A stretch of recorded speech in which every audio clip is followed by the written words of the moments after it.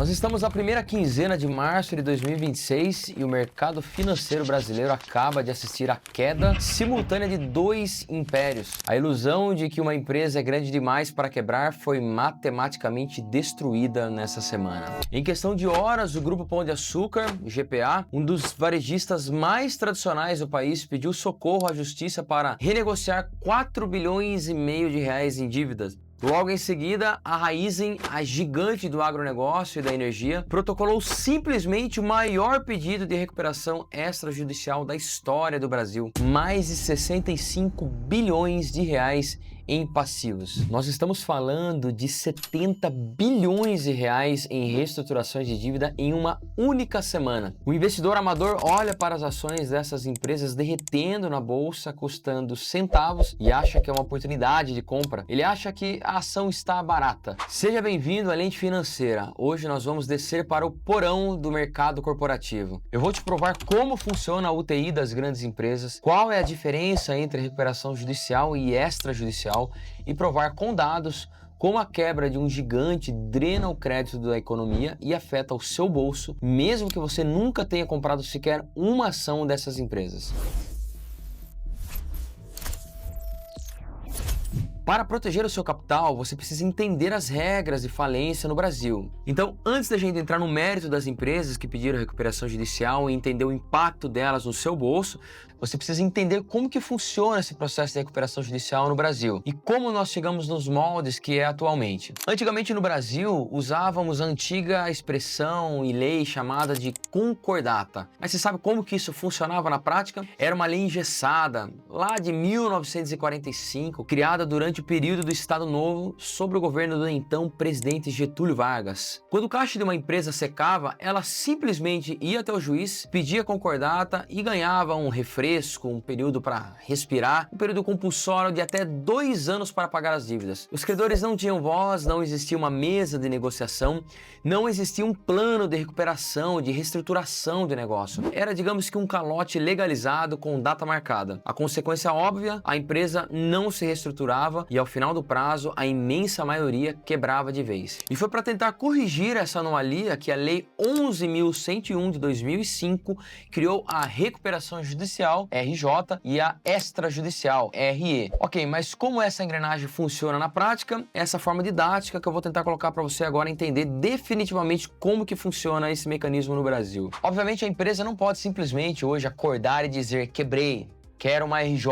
Não, existem requisitos. Ela precisa ter no mínimo 2 anos de operação regular, não ter nenhum pedido de falência e não ter pedido outra recuperação judicial nos últimos 5 anos. Se ela cumprir todos os requisitos, ela entra no tribunal com o balanço aberto, especificando e mostrando com evidências a situação econômica da empresa, as dificuldades que ela vem apresentando e as consequências se ela não entrar com o pedido de recuperação judicial. Ela entra, além disso, com uma lista de todo mundo para quem ela deve e apresenta para o juiz. Diante disso, o juiz olha para toda essa documentação e defere ou não o processamento da recuperação judicial, ou seja, ele aprova ou não o pedido da RJ.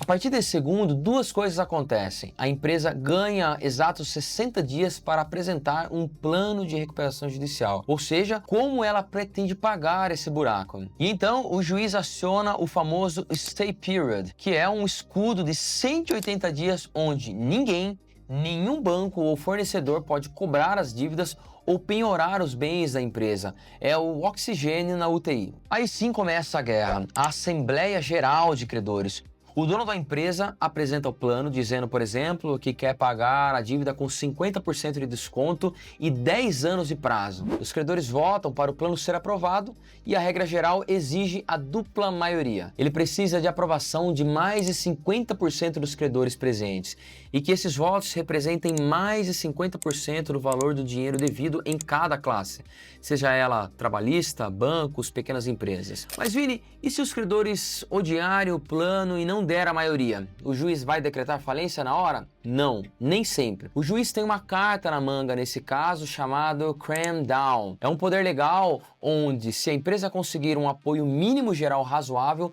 o juiz pode bater o martelo e empurrar a aprovação goela abaixo da classe que votou contra, desde que ele entenda que decretar falência seria um desastre ainda maior para a sociedade. E na recuperação extrajudicial, que foi exatamente o que o GPA e a Raiz fizeram agora, a regra é mais rápida e agressiva. A empresa não vai para o tribunal implorar. Ela chama os grandes credores em uma sala fechada e negocia privadamente. Pela lei atual, se ela conseguir convencer credores que representem apenas mais de 50% do valor da dívida, ela pega esse contrato, leva para o juiz carimbar e os outros 49% que votaram não são obrigados por lei a engolir o acordo, o desconto e o prazo, querendo ou não. E é aqui que eu preciso te mostrar a realidade nua e crua dos números. Desde que essa nova lei foi criada em 2005, você tem ideia de quantas empresas já pediram recuperação judicial no Brasil? Nós estamos falando de dezenas de milhares de pedidos. Essa é a série histórica oficial de pedidos de recuperação judicial no Brasil desde que a lei entrou em vigor. Acompanhe a linha. Durante anos, o número oscilou de forma controlada, mas olhe para o final do gráfico. Veja a explosão da curva em 2024. Nós tivemos um recorde histórico absoluto, com mais de 2.200 empresas implorando por socorro nos tribunais, segundo os dados oficiais do Serasa Experian. E digo mais, infelizmente, os dados preliminares consolidados mostram que 2025 já engoliu esse recorde, atingindo o maior patamar absoluto da história do nosso país. E sabe qual é o principal motivo para essa avalanche de quebras? A resposta é matemática. A alavancagem somada aos juros brasileiros. As empresas pegam dívidas gigantescas para tentar crescer rápido, mas quando a economia trava e o Banco Central mantém a taxa Selic nas alturas para controlar a inflação, o custo dessa dívida explode. O lucro da operação não paga nem os juros que ela deve para os bancos. Ela sufoca. Com base nesse gráfico da taxa Selic, a taxa básica da nossa economia, imagine que um empresário tenha contraído um empréstimo nas mínimas históricas entre 2021 e 2022 a 2%. E esse contrato foi contraído a taxa pós-fixada, ou seja, esse contrato sofre variação de acordo com a subida e descida da Selic. Imagine um empresário que contraiu um contrato a taxa Selic de 2% mais spread, ter sofrido essa evolução até hoje em taxa Selic 15% mais spread bancário. Sem dúvida, a conta não fecha. Inclusive, se vocês quiserem que eu abra a caixa preta de como a engenharia dessas dívidas funciona na prática, a diferença letal entre um contrato de empréstimo corporativo pré-fixado, pós-fixado, enfim, atrelado ao CDI e as travas que o banco coloca nos grandes CNPJs, escrevam aqui nos comentários. Explica o crédito corporativo. Se houver demanda, eu gravo um dossiê mostrando como a mesa de crédito em um banco realmente opera e fazem análise de crédito das empresas para concessão de crédito. Mas, obviamente, se tiver uma demanda, a galera pedir aí, com certeza eu faço esse dossiê aí para vocês, explicando como que funciona. E aproveite a pedir para você, curta esse vídeo, se inscreve no canal para o YouTube ver que esse conteúdo é relevante, entregar para mais pessoas que têm interesse em entender como que funciona de fato aí a recuperação judicial e como isso afeta o seu bolso. Agradeço também porque você me motiva a gravar mais conteúdo para vocês como esse daqui. Enfim, e o dado mais assustador, confirmado por dados do CNJ e observatórios de insolvência, é a taxa de sucesso das recuperações judiciais. De todas essas milhares de empresas que entram em recuperação judicial, apenas cerca de 18 a 25% conseguem de fato se reestruturar, cumprir o plano e sair vivas. Ou seja, de cada 4 empresas que entram nessa UTI, quase 3 não resistem e vão para a falência. Entrar em RJ no Brasil não é um selo de oportunidade para comprar ações baratas. Estatisticamente, é o primeiro passo para o cemitério corporativo. Mas para você ter a dimensão exata do tamanho desse abismo, vamos olhar para o que aconteceu recentemente ao longo de 2025, onde 4 gigantes absolutas, nomes que você conhece, recorreram aos tribunais para tentar não fechar as portas. Estamos falando da Unigel, uma potência do setor petroquímico e de fertilizantes, onde declarou um passivo superando 19 bilhões de reais. A Intersement, uma das maiores produtoras de cimento do país, dona de marcas famosas, também afundou com mais de 15 bilhões em dívidas. Teve também a Ambipar, um verdadeiro império de gestão ambiental e respostas a emergências, que também cedeu sob o peso de mais de 10 bilhões de reais. E aqui a gente abre um parênteses, porque também foi mencionado participação e ligação da Ambipar com o Vorcaro, enfim. E a Bombril, sim, aquela marca de palha de aço presente na casa de quase todo brasileiro desde sempre, pois é, pediu socorro com mais de 2 bilhões de reais em dívidas atreladas a impostos. Se você somar apenas o passivo dessas 4 empresas em 2025, nós estamos falando de um rombo de 47 bilhões de reais na economia. Empresas de setores completamente diferentes, química, construção civil, meio ambiente e limpeza doméstica, mas que têm uma coisa em comum: dívidas insustentáveis. Quando você abre o gráfico da sua corretora e vê o gráfico dessas ações despencando, lembre-se da matemática. O mercado não está dando um desconto, ele está fugindo de um colapso de quase 50 bilhões de reais. Dito isso, nós citamos aqui 5, 6 empresas gigantes que pediram recuperação judicial e extrajudicial ao longo desses 2 anos, 2025 e 2026. E se você acha que o problema está restrito a esses gigantes bilionários, você está sendo bem ingênuo. A Serasa Experian acabou de divulgar os dados oficiais de fechamento de 2025 e os números são brutais. Nós batemos um recorde histórico negativo. As empresas brasileiras encerraram o ano com 213 bilhões de reais em dívidas inadimplentes. Isso significa que temos mais de 2 milhões de empresas inadimplentes a mais que o ano de 2024. E quem está liderando essa quebra? O setor de serviços, responsável por 55% dos negativados. E a base da pirâmide está sendo completamente esmagada. Desse total, mais de 8 milhões e meio de empresas são micros e pequenos negócios. Isso não é apenas uma estatística numa planilha, é a matemática de como o país trava. E é por isso que eu te dou este alerta. Se 2024 e 2025 quebraram todos os recordes, o ano de 2026 está matematicamente desenhado para ver um número muito maior de recuperações judiciais. Com mais de 8 milhões de pequenos negócios asfixiados, sem acesso a crédito e com a economia estagnada, nós vamos assistir uma avalanche de novos pedidos nos tribunais nos próximos meses. Infelizmente, a bomba relógio está armada. Agora presta muita atenção. A ingenuidade faz o brasileiro pensar: Vini, eu não tenho ações da Raízen, nem do Pão de Açúcar e muito menos invisto na Bolsa de Valores. O problema é deles e dos bancos. Eu não tenho nada a ver com isso. Errado. Os problemas e a causa de tudo isso de fato podem não ser seus, mas pode ter certeza que isso vai afetar o meu e o seu bolso. Quando 70 bilhões de reais entram em renegociação forçada na justiça, o sistema entra em colapso. Existe um efeito dominó implacável. Lembra do nosso último dossiê sobre a guerra Estados Unidos e Irã? Eu te provei como o fechamento do Estreito de Hormuz causa um choque logístico internacional que semana depois encarece a sua comida no supermercado. Inclusive, se você não assistiu a essa aula de macroeconomia, clica aqui no card ou depois entra aqui no canal para você assistir esse vídeo e ficar por dentro de tudo que foi falado lá, hein? Pois bem, uma recuperação judicial bilionária causa exatamente o mesmo efeito radioativo, só que de dentro para fora. Passo 1. A asfixia dos fornecedores. O Grupo Pão de Açúcar e a Raízen não operam sozinhos. Eles não são empresas verticalizadas onde produzem seus próprios insumos, produtos, embalagens para comercializar. Existem milhares de pequenas e médias empresas, produtores rurais e transportadoras que fornecem para esses gigantes. Quando uma grande empresa entra em crise, ela ganha o escudo da justiça e congela todos os pagamentos.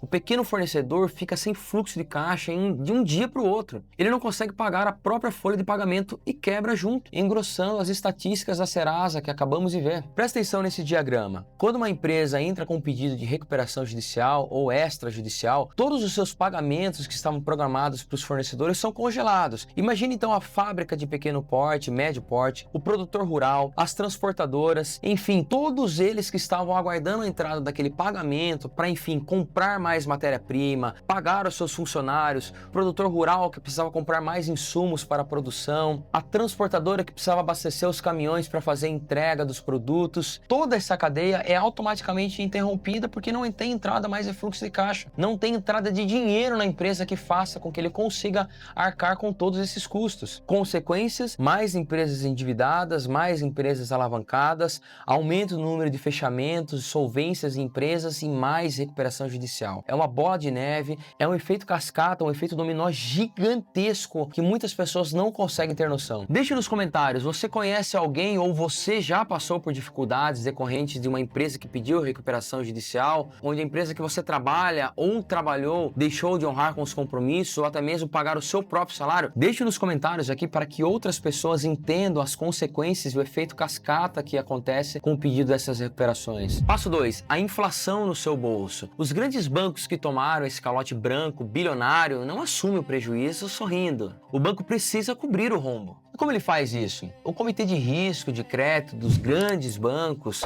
olha para o mercado e diz: o risco de tomar calote no Brasil está alto demais. O banco reage secando a torneira de crédito e aumentando o spread bancário, que nada mais é que a diferença entre o que ele paga para captar o dinheiro e o que ele cobra para emprestar. O impacto é direto no seu CPF.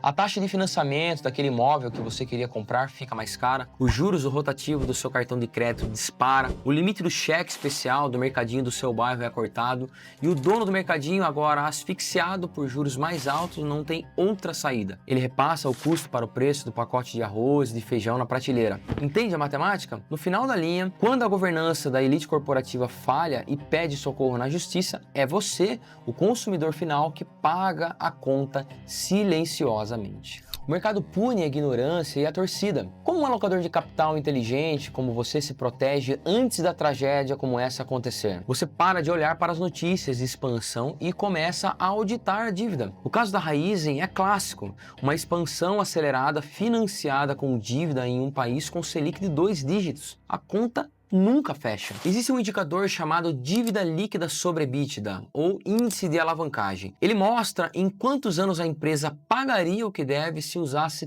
todo o seu caixa operacional. E como que a gente calcula esse índice? Dívida líquida dividido por EBITDA. Dívida líquida da empresa nada mais é que a dívida bruta deduzindo toda a disponibilidade de caixa. EBITDA, que é uma sigla que quer dizer Earning Before Interest and Taxes, Depreciation and Amortization. Em português, conhecida como LAGIDA, que é o lucro antes dos juros, impostos, depreciações e amortizações. Quando uma empresa passa de 3 ou 4 vezes nesse indicador no Brasil, ela passa a trabalhar apenas para pagar os juros do banco. O caixa é carbonizado. A sua obrigação primária como investidor não é tentar adivinhar qual empresa falida vai ressurgir das cinzas. A sua obrigação é expulsar da sua carteira qualquer empresa super alavancada no primeiro sinal de descontrole. Vamos fazer juntos aqui o cálculo do índice de alavancagem no caso da Raizen. Quando você entra aqui no site da empresa, Raizen, você vai até aqui a parte de serviços aos investidores, geralmente tem lá relações com o investidor, e você vai vir até aqui central de resultados. Você vai carregar aqui todas as informações, aí você vai ver aqui os últimos resultados apresentados, no caso aqui o terceiro TRI de 2026, que no caso empresas do agro, o ano fiscal é diferente do convencional, não é de janeiro a dezembro, tá? Nesse caso é uma empresa agro, a forma como que eles calculam é diferente. Então entrando aqui, release de resultados, nós vamos abrir, no caso já está aberto aqui, e aí você vai ver que tem aqui o relatório de resultados, terceiro TRI, ano safra 2025-2026, ele tem todas as informações, mensagem da administração, enfim. No caso da Raizen, eles já trazem esse cálculo já feito, ele já traz o resultado para a gente aqui. Mas caso você vá analisar uma empresa onde não está feito o cálculo já, você vai precisar do balanço patrimonial da empresa e da demonstração de resultado. No caso aqui da Raizen, ele já traz essa informação mastigada para a gente, fica mais fácil. Então tá aqui, ó lá, dívida líquida deles, 55.322, no caso aqui nós estamos falando em bilhões, tá? 55 bi dividido aqui por 10 bi 364, ele já traz o resultado de 5,3 vezes. Esse seria o índice de alavancagem da Raizen. Ou seja, para a Raizen pagar a dívida dela, ela teria que trabalhar 5 anos, mais de 5 anos, gerando o que ela gera hoje de caixa para pagar somente a dívida da empresa. É muita coisa. Num banco, numa análise de crédito convencional, ele já vai analisar entre 2, 2,5% a 3%, dependendo do setor, o banco já não concede crédito. Aí acontece que muitos investidores olham, vê as ações caindo, despencando das empresas e acham que está em promoção, na esperança de que essas empresas da noite pro dia vão se reerguer. Eu vou te dizer a verdade que o seu gerente de banco e os fóruns da internet não têm coragem de dizer. Esperança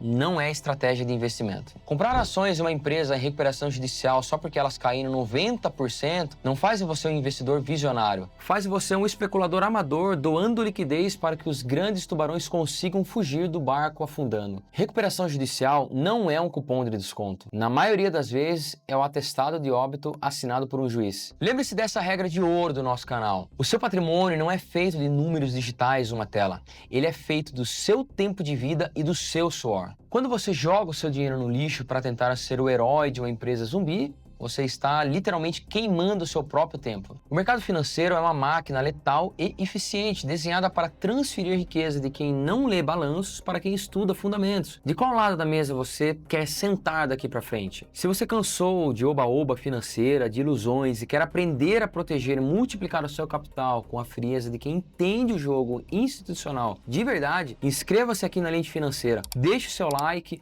honra aqui esse vídeo, mostra para o YouTube que é relevante, que mais pessoas possam aprender sobre esse conteúdo. E joga real aqui nos comentários. Qual foi a pior ação que você já comprou achando que estava barata e que acabou derretendo na sua mão? Vamos mapear essa armadilha juntos. Eu sou o Vini Neri, proteja a sua liquidez e até o próximo dossiê.